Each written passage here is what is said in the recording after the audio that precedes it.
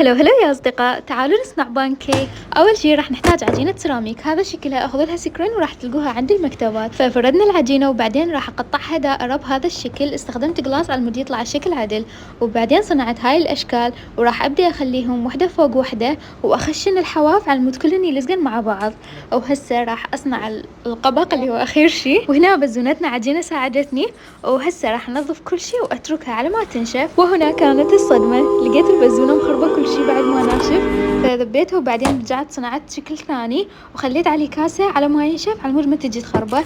وهسه باليوم الثاني راح أبدي ألون، استخدمت لون أزرق وأصفر وأحمر على مود يطلع عندنا جوزي غامق، وبعدين خليت عليه أبيض وصار هذا اللون الفاتح. وبعدين جبت قطع من هذا الخراب وذوبته بمي وهيك صار قوامه سائل، وخليت عليه لون جوزي، وحسيت هنا خربتها بس يعني بقيت مستمرة.